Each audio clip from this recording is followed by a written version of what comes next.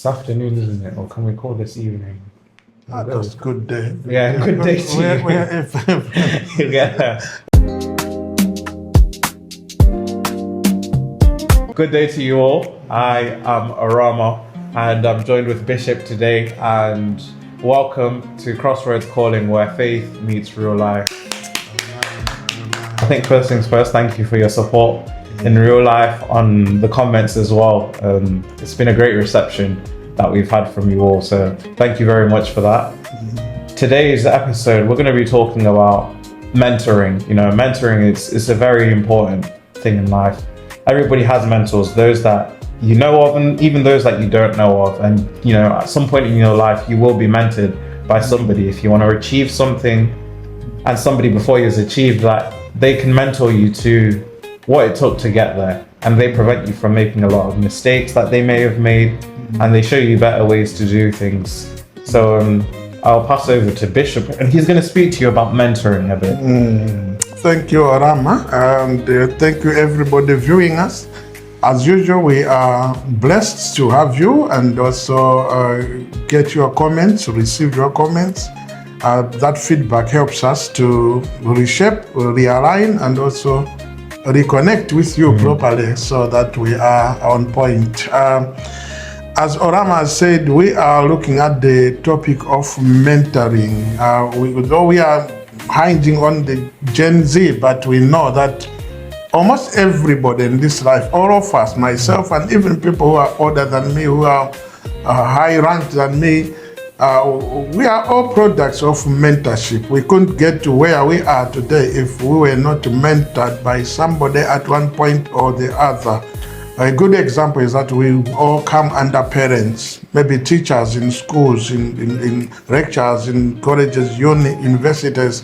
Those are mentors. And who is a mentor? A mentor is somebody who can help a novice, a student, a trainee, a junior who has not been that way, to get acquainted with the knowledge that will cause them to reach a mature stage in that discipline or field of work or operation. So mentors are all over in the world because there are so many fields in which you have to be mentored. Family field, work field, even in the business world, somebody who wants to do business, big business tomorrow, is being mentored today by captains of industry that have been there. They've gone through that route, that way. They know what is involved, the pros and the cons, so they can help you to get into grips with what is lying ahead of you. So there are many areas that we go through mentors, and a mentor, person or face-to-face, is also very important to the one they are mentoring as a mentee in a direct relationship from day to day, because if you get to receive all the knowledge that your mentor is giving you, one day you can reach where they've reached, and you can also even surpass them. Yeah. I remember there's a scripture that many people use. I think it's Luke 6:39 and 40, where Jesus was saying, "Can the blind lead the blind?" If this a blind reader leading a student or follower, they both fall into a ditch. Then verse 40, he says, a student, a trainee, is not greater or better than their tutor or their teacher. But when this student is well perfected, which means well trained, well mentored, one day they shall be like their teacher, or they shall go beyond their teacher. And we have seen it in every field, that those people who have been well mentored. Today's good coaches were under a good coach one day in football, in netball, in whatever. So mentorship is that relationship of a trainer grooming up a trainee unto maturity. Maybe that's how I can start. With mentorship. There are good mentors and there are bad mentors, and we can look at all angles. Even in the Bible, there were bad mentors, great men of God who were bad mentors, because it's a relationship between a mentor and a mentee. So there are also things that we need to look at, the characteristics that are in a good mentor. You can, if you want a good mentor, but also some things that you have to be aware of if you are going to discern whether you're in the right place or not in the right place, or being mentored. Because in the Bible, I'll give you examples. You find that there's very powerful men of God, but not good at mentoring and getting a person to where they were, or helping them to get there, or making it easy. Because a mentor has to make it easy for you to reach where God wants you to reach. A good mentor should not be telling you that I also passed through this. If your dad was to train you and make you receive every harshness he got to reach where he is, then he's not a good man. Your dad should say, you know what, I don't want you to pass through what I passed through that thing so that it was a training, a trail for me, so that when I have the opportunity to train others, I should make life comfortable for them. That's a good mentor. And we'll look at all those examples as we go along, because I have been mentored. I'm mentoring others. I may have not been a good mentor, but I believe I'm a better mentor today than I was 2, 3, 4 years ago, because experiences come that also trigger good mentorship in every mentor from time to time, as you mentor others, but also as you learn from experiences that you pass through, both from the mentor side and the mentee, the one who is being mentored. So it's a long-term relationship, but it's a very powerful relationship in this life. Yeah, of course. I mean, you've reached the point now where I take it you're more the mentor than you are often the mentee. Whereas I'm on the other end of that, where I'm more likely to be the mentee than I am the mentor. As somebody who's now, mentoring somebody and mentoring others, what do you look for in a mentee? Because surely, as a mentor, you're not going to pick everybody to mentor. Yes. Because otherwise it would be a mess, trying to mentee everybody. You have to look for certain things. Yeah. So what do you look for in a mentee? So actually, this is a very good place where we can look at mentorship in terms of the qualities of a good mentor, and maybe both good and bad, and then also look at the mentee, who is to be mentored and who is a good, because even a mentee has to be in a good position to be mentored. But we are not saying that if he is passing through stuff or she is passing through lots of things, she's not a good mentee. But you see, for you to be mentored well, you must be very committed to the mentorship. It's like a program. It's like a training program. Now, good mentorship starts you at point 0. They take you from any grade down there, even if you are unbearable. People have given up on you. A good mentor is somebody that, Jesus said, it's a fearful thing for one to fall out of my hands. Because he knew I'm a good mentor. I've come with every package that the creator of every fabric and fiber of man has installed in me. So I know. That's why you could tell a person, before you met me, I saw you were under a certain tree in Bulwer, but he is in town. So it means he has studied the person he is talking to, or he has known the bits and pieces, all the things that the person is going through. And then you could tell the person, oh, you woman, you have had 5 husbands, yet they have not met. What is he trying? He's trying to tell the person, from wherever you're coming, I'm now coming to you to tell you the realities of life so that you can be better than who you are. So he was good at picking people from where they are and taking them to a place they would have never reached if they did not meet a good trainer or mentor. So that's a good mentor, like Jesus was. Qualities of a good mentor involves patience. Very patient with the one they are mentoring. You take them from ground 0 to ground hero. That's what we say. From the ground floor to the top floor. They can be a victim of circumstances, but as you mentor them, you don't hinge on the victimization part mostly, but you hinge on strengths. You say, okay, you come from a point of weakness, but you see, I can see there are many strengths hidden in you. So don't believe what this world is telling you, and don't also get scared when you're given the chance to prove yourself that you are better than this. So the mentor is so patient and very understanding, and is taking you through a deliberate process of encouraging you until you get to a place where your morale has been boosted to say, I can do something. I could be better than who I am. And they have also an element of being open with you. They will tell you everything. I was where you were. I have done this. I've done worse than this. That openness helps somebody to say, if this person who I'm seeing today, is this huge? Is this holy? Is this what? And he says, I'm not worse off than where they were at this age or in their time.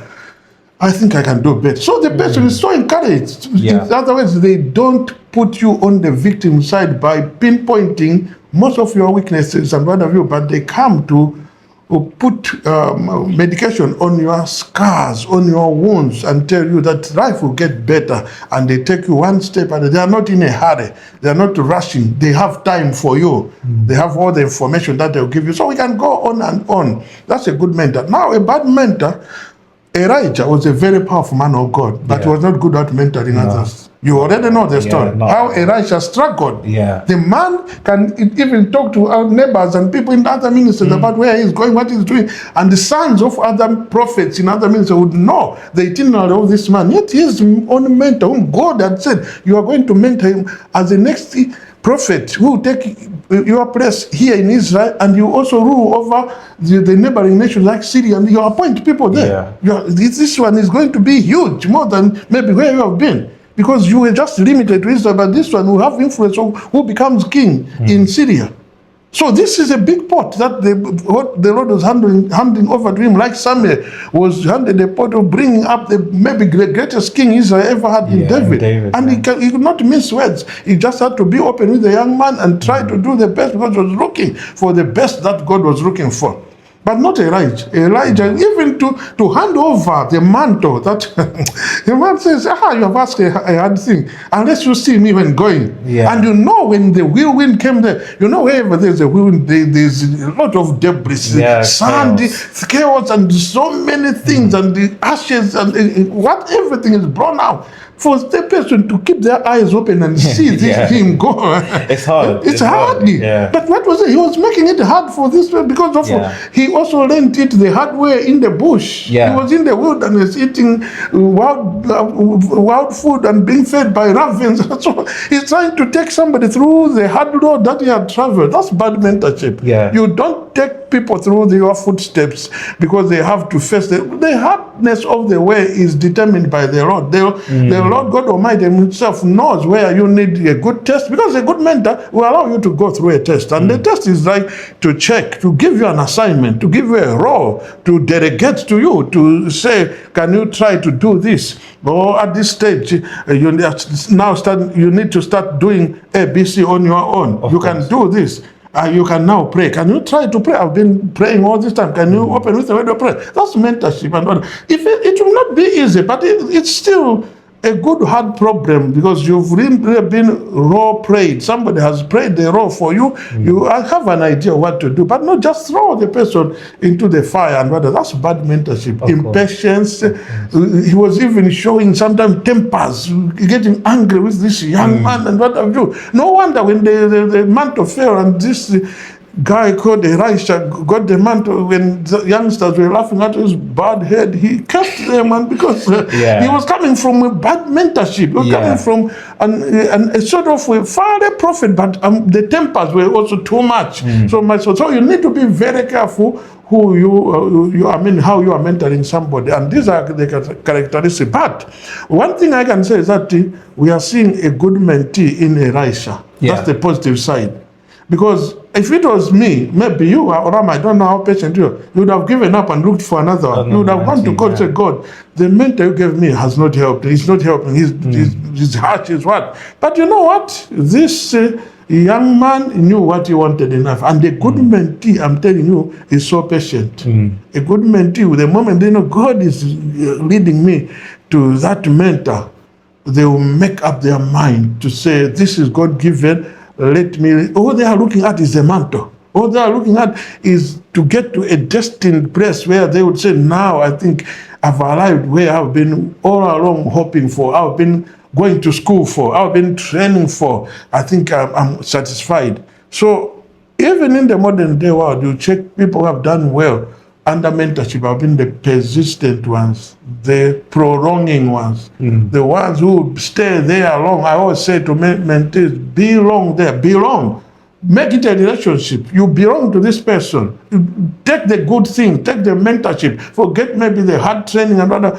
Teachers were not famous people to me. When I saw a teacher, sometimes I'm fears, or I developed a certain negative attitude. But these are the people who shaped me to be who I am. But the issue is just take the knowledge that you can gain from there.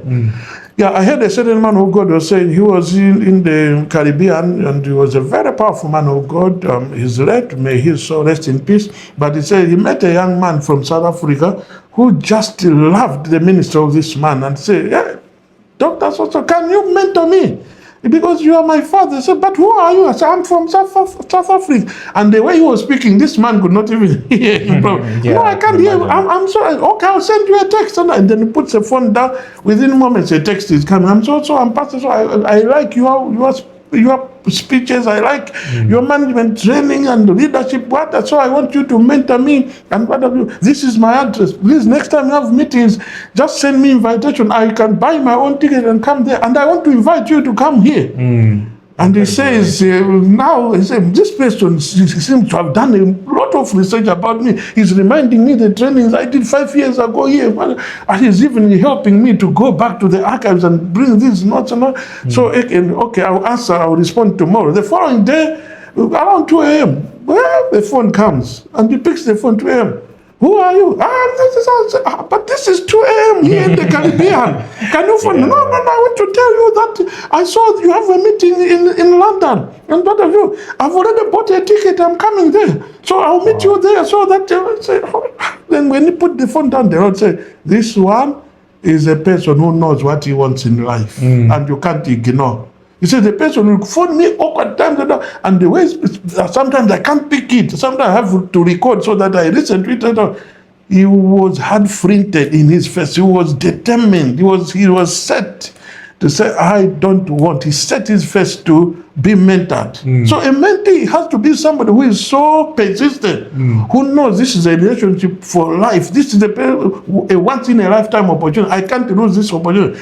And now that man of God is gone, but I'm sure this person has benefited. Yeah, and when he was speaking, it was like he had so many, and he said, we mentors have got so many mentees, and we can't pick everybody. And so sometimes you just have to attach yourself to say, I want to be under this ministry. I want to be under this teaching. I want to be under that class. I want to follow this person's books, this person's teachings, and what have you. You're being mentored from afar. Because later on you discover that what is in them is being transferred into you. Many are the times we see from the biblical angle that a mentor transfers himself into a mentee. So a person who is looking for a mentor, sometimes it's the Spirit of God, or in person intuitive say, what I've been longing for throughout when I went to school, when I started this, I wanted to one day to be like this, and I'm seeing a replica of what I want to, and they start working towards it and what have you. So those are some of the qualities and characteristics. I'm just speaking in general terms, but it's a wide subject, wide topic. Of course. I mean, one of the things you touched on was Elijah is great as a prophet and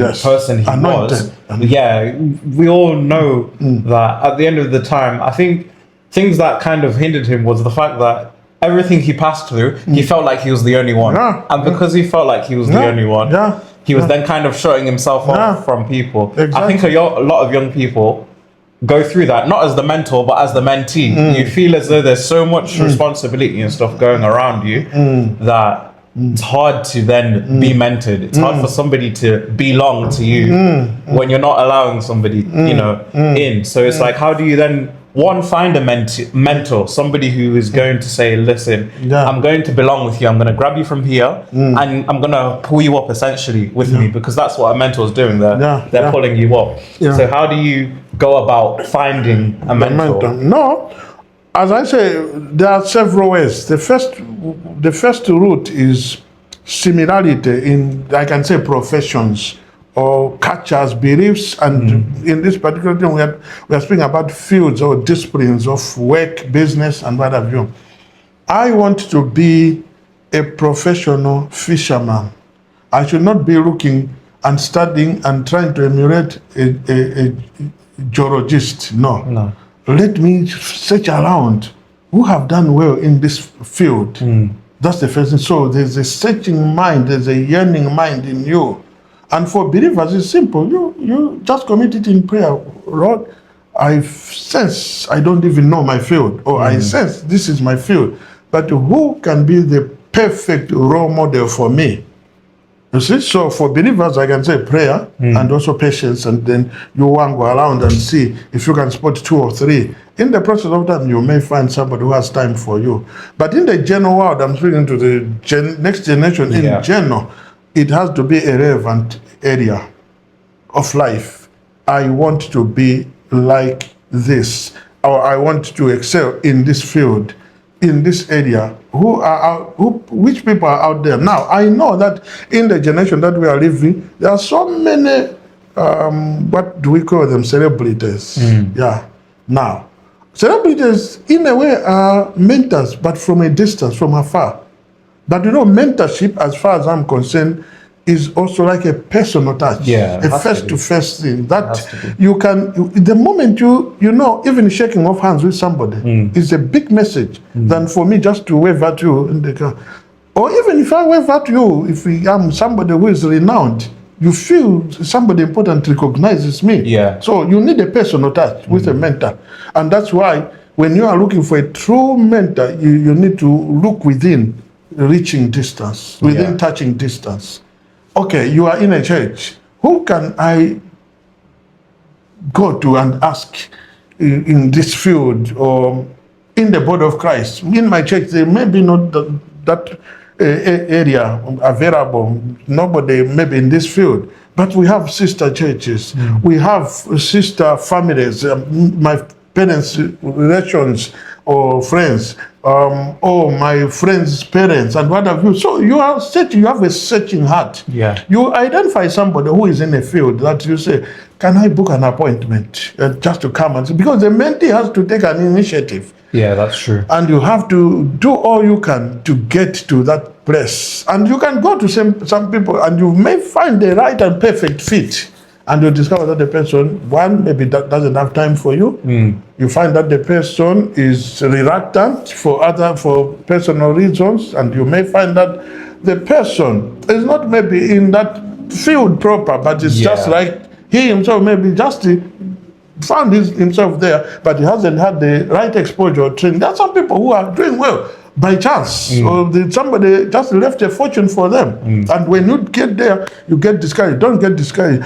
Getting a mentor is a task. It's laborious. It can be a lifetime adventure until you get. Look at Nicodemus. The man was somebody who was in a certain sect of people, but he was looking around and he went at night, meaning that he knew that there were risks to go during the day.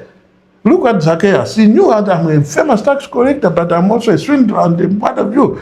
But he went, and though he was a short man, he went and climbed the tree and he was hidden there to say, I want to meet this man. And when he met him, they went to his house. So it's a task that you work towards it. It's not just like a simple matter, say, A, B, C. No. You work towards it until you get to the core of the choice that you believe can mentor you well. And as I say, there are things that you have to persist in. For example, if you feel I'm a good mentor and you come to me and say, Bishop, I want you to train me in this area, or I want you to make time for me in that area. Oh, Rama, what happens is I've got Mondays, I do this, and Tuesdays there's that, and Wednesdays. So inside the week, I'm not sure. It's only Friday, maybe between 4 and 5. That's the time now. I say I've covered everything now. Let me rest a bit before I go into home care and start preparing for the weekend. If you are a good mentee and you know what is it, you say, can I take even 30 minutes off your Friday? Even if it's 15 minutes. So for 15 minutes, a person who has a heart, who has a kind heart, who is so gracious, will say, this boy really desires it. So there has to be that deep desire. I think there's a scripture, I like this scripture in, I think it's, should be Proverbs 18 verse 1. It says, through desire, a man having separated himself intermeddles with all wisdom. When there's a deep desire, so the mentor has to have a deep desire. That desire, that longing heart is what God feels. It should be your personal desire. Don't move into mentorship or to be mentored by somebody because you've seen, you're my friend, you are not in competition with anybody, or you are at different times. But when you really need it and it's for a definite defining moment in your life, it creates also a deep desire, yearning in you that you can yield to any demand to get it and to get the mentorship. So through desire, and I always put it through deep desire, a person or a man having separated, that's what separate means. You distance yourself, you cut off certain things, you just consecrate your time, you separate, put this aside, put everything aside for this purpose. You want to intermingle with all wisdom. You know, what I'm going to get here is going to take me. Like it's an inheritance, it's what I do. That's the desire. When you desire the good things in this life, they will come as you patiently work towards them. And when you get a chance, cling. When you get a chance, cleave there. In the Bible, we find people came and they were saying he fell at the feet. What they were doing when somebody say they came and fell at the master's feet, they were holding into the legs of somebody. Now, if you go, Jesus has got so many things to do. You go, Apostle Paul has this to do. Elijah, as we said, if you just go to hold their feet there, it's what we said, they come onto the foot of the cross of Jesus. It's like you are saying, I'm here to stay. And when you hold somebody's feet, they cannot move. It's like you are halted. You've stopped them from moving. You've made them to give you attention. And when you hold somebody's feet, most of the time they will bend towards you. They always say, oh, no, please, come on. What is it? It's people who were going there were broken-hearted. They were going there with a deep desire. It's not just like you are framing something or dramatizing, but you want it. You deeply want it. You have seen yourself. Let me give you a good example. We see in the sporting world, especially football, a small team that is in deep need, maybe of finances or of survival or what, they are playing a big person. That day, something shocking happens. You discover that, how have they beaten now? They wanted it more. They had a deep desire. Well, the others, it was business as usual. But this one, so it's that type of mentality to say, I want it more. Even the person who ignores you or a person who doesn't have time for you, will make time for you. Say, I don't want to be embarrassed like this because this whole group was following me, had to stop. Or I had to tell everybody, please, can you give me time? And whatever. This person needs a lot of, for a person of their age to come and be crying or to fall here on to touch. And you know, Israel, when they were writing the Bible, it's in the desert. It's dusty. With the heat wave there. The most dirty part of a man that you can touch with your hands is the feet. But people are going to the feet. Although you're putting sandals, it's out in there. It's dusty. Your shoe, when you come from the errands, from those mountains, dusty. People are going to touch those. Hold on to.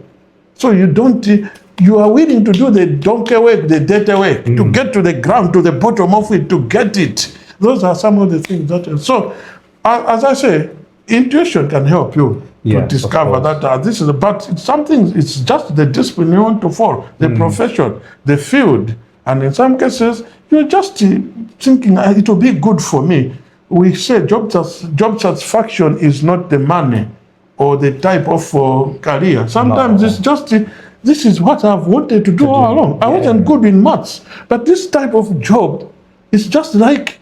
It's also helping me to know a bit of maths. I may not be getting the way my friend who we are together in college at the uni is getting, but I just feel this is now filling a gap in me, a need that I didn't wanted to know how to do multiplication, division, a body mass, whatever you call it. This job satisfaction, it's the same thing. There are things that you can identify that this will be my field just because it satisfies a longing in your heart. It satisfies that thing that will just make you to be calm and to be at rest.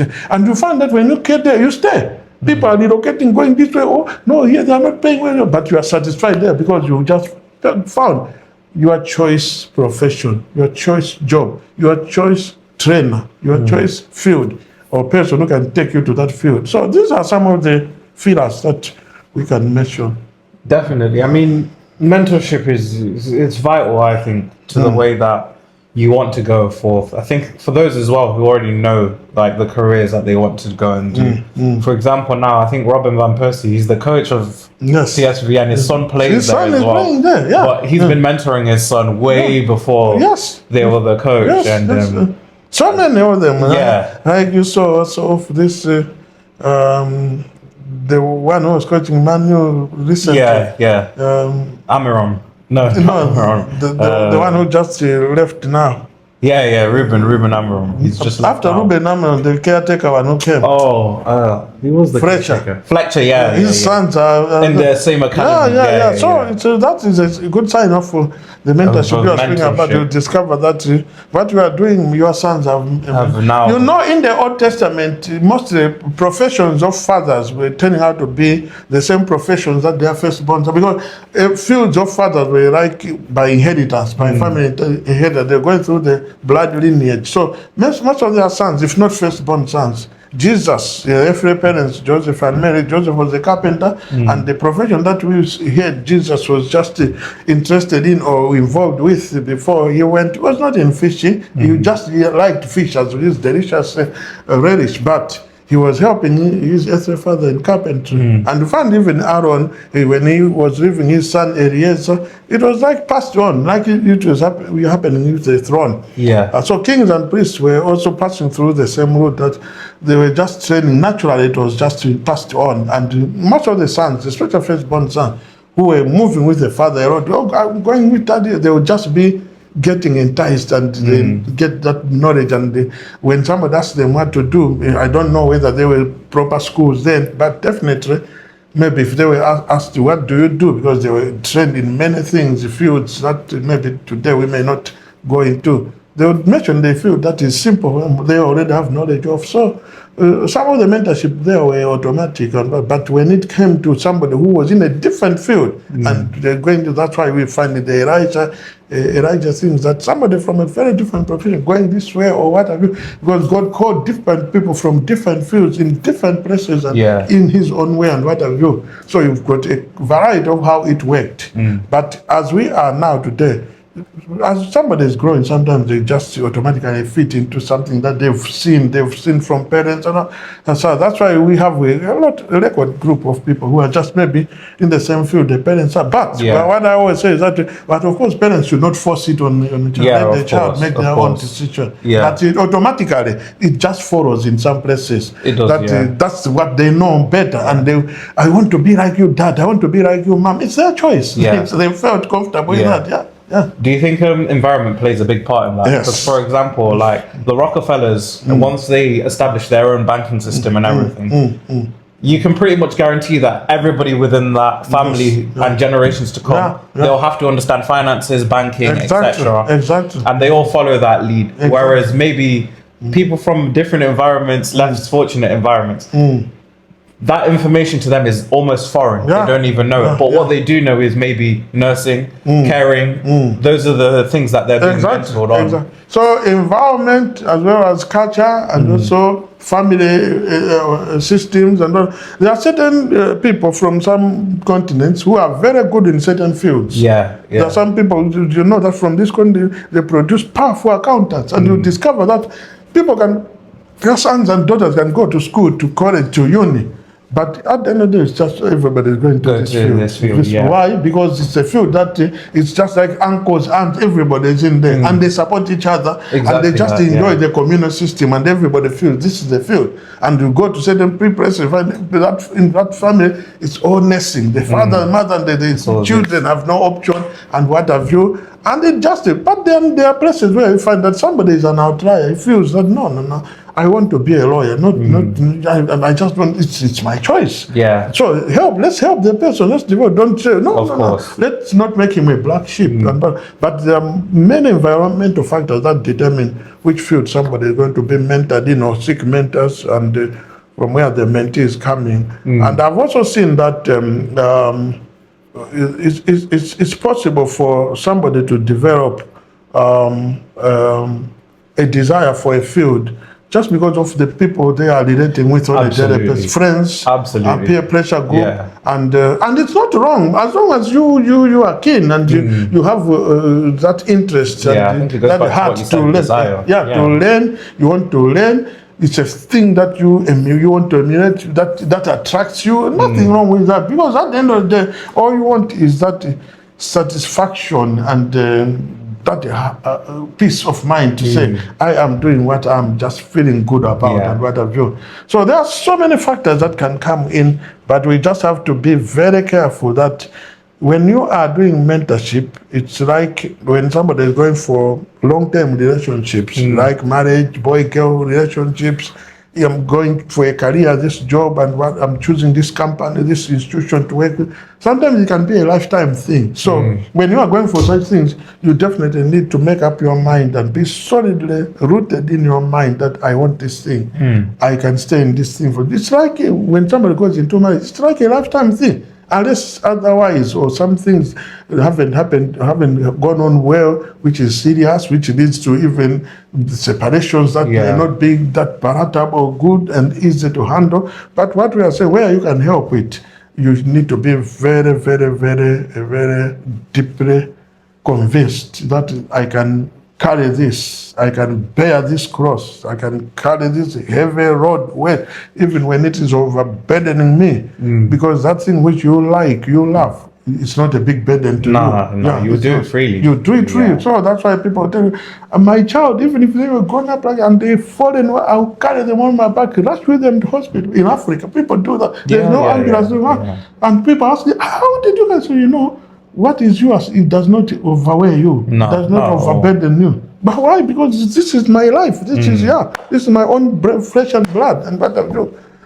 Yeah, so to me, it's the same thing with mentorship. Because mentorship, you are going for things that are more or less like of a long-term nature. Yeah, I want to be nurtured regarding the job I want to go into. I want to be mentored regarding who do I choose to partner with in my business or the business. Being mentored for a personal relationship and to long term, like marriage. Sometimes I'm not really sure. Even when you've started a relationship, you need mentors. We have got so many boy-girl relationships today lacking mentorship and things go. I'm not saying that people should do it. We are in a different, more or less like age, but there are certain basics that you still need to be attached, or you need to know. Your father and mother cannot do it, but if you come to me and say, we do that. So there's the role model. Sometimes you have to say, but I just like this family. So, okay, we talk to them to mentor you and what social media is mentoring the relationship style. I know that, but you know what? Terrible. There's more that people miss from this personal, direct, and physical mentorship, because physical mentorship is the one that really guides you into all truth. If you are mentored, a person will say, Rama, 5 years ago, I also made this mistake. 10 years ago, I also went through this. You went through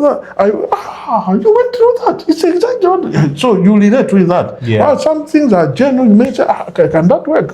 So, yes, there's enough information, counseling, mentorship, and many areas. But I'm saying where we have the opportunity to get a face-to-face mentorship, let's go for it. Absolutely. It's very vital. Absolutely. It's very good. I am a product of so many mentorships in various fields. I can narrate with you. As we go along, I'll give you some of the things that I've been mentored in, fields, areas, and whatever, family, and all those things.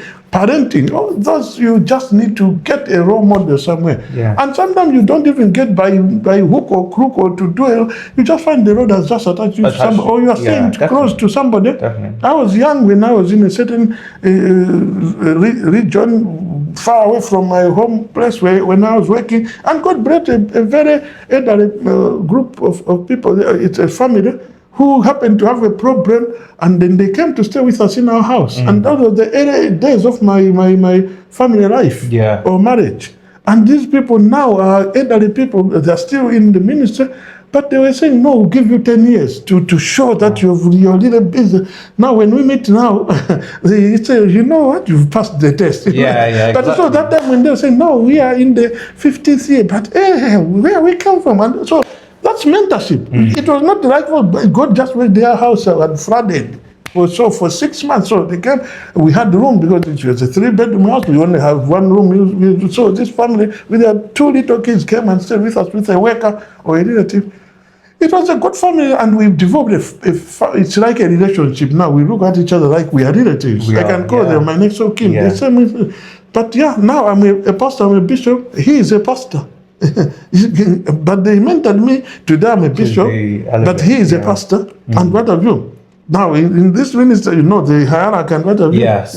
So I'm speaking of people who are around. Even if they are saying they know, but here they mentored me. But now God has elevated me. So you can see that you can be well mentored, and tomorrow you find the person who is mentoring you is there, but God has placed you there. And it's nothing, and we just laugh it off and say, people have grown up. Look at them. Yeah? You see, it happens. So mentorship is a very, very pertinent part of our lives and to destiny. Yeah, absolutely. I mean, would you say now that you're a culmination of all the mentors you've had? Yes. For example, me, I was being mentored, and it's no secret, by Deacon Kunika, and now the media department. Yes. It looks very different to 10 years ago. Yeah. Very, very different. Yes. But at the same time, it stems now to my love for media, which is prominent. Everybody understands that, he likes media, he loves social media, he loves videography, all of that. And that's now also like taking place in me. So would you say that you are the culmination of all the different mentors you've had from young to old? As I've said, I've been mentored in the area of my education. When I was pursuing my education, there were people who mentored me or who were really providing me the necessary tools and encouragements for me to succeed. I've been mentored when I was now thinking of my future. Before I even started courtship with the one today, I can say, this is my wife, and what have you. It wasn't boy-girl relationship before that time. So I had to be mentored by people who were advising us, said, no, to find the right person, to get into a good family in future.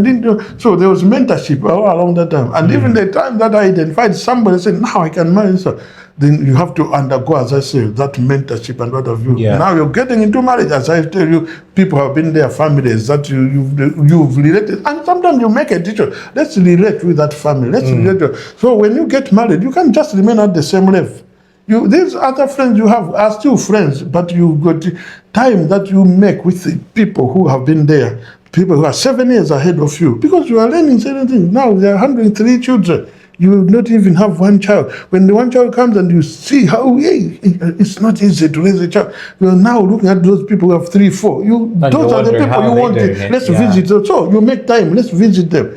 You even make a program. Let's be visiting each other because you are learning. They are also sometimes learning from you. Say, you know what? Oh, you are 1 year or 2 years, but we are learning. We never did it this way. But you guys, so mentorship is two-way traffic. The mentor can also learn from the mentee. Wow, the mentee gets a lot from the mentor, and so on and so forth, and then mentored into the working field. I'm going now to the working field. I need people who have been stalwarts in this area. Every time I meet somebody, I'm asking questions and I make friendship with them. I'm coming, uncle, next week. Can we have time? Let's just have meal together.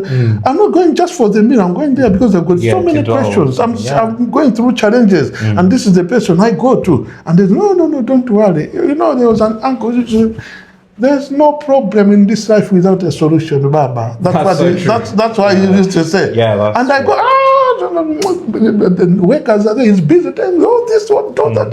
I said, but uncle, but be patient. There's no problem. We'll sort this one. By the end, you see where the sun is. By 5, your problem is gone. Just give me time to say. And I'm reminding uncle, go to him, say, no. Just wait, And in the end, when you say, now, what is the need? What is the need? But what you need is money. Throughout, I knew I had money here to give you, and I'm going to drop you home.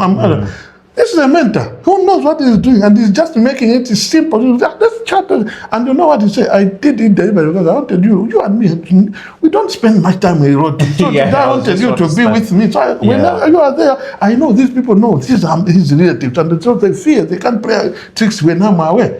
This is mentorship in a certain field, but it is helping me at that stage. Now later on, ministry comes, and I have to be mentored.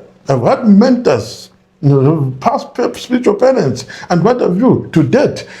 Those are things that you definitely cannot do without in this life if you are to succeed. So you have to receive mentorship from time to time at whatever stage of life, especially when you are venturing into another dimension, a new area, or you are being promoted, scaling higher and higher. At every stage you find there are people, and sometimes just automatically you just find now, and you don't choose, you just discover these people are coming. You say, but you've been here for a long time. Please, if you have time, come, let's chat. That's how it starts. Later on, you just go with these friends, but some of them are not just mere friends, they're mentors. You're learning from them, and you can do well in life, even better than those that have gone ahead of you, if you can be a good mentee, somebody who is a good learner.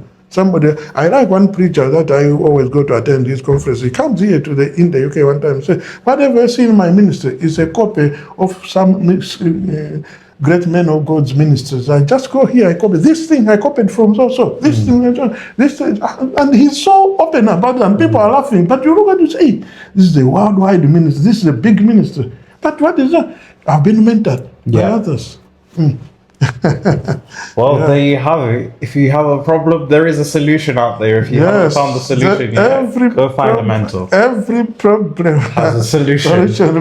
Yeah, that's my quote for the week. Every problem has a solution. Yes, yeah. So I have been your host, Arama. I've been with Bishop Tifa today.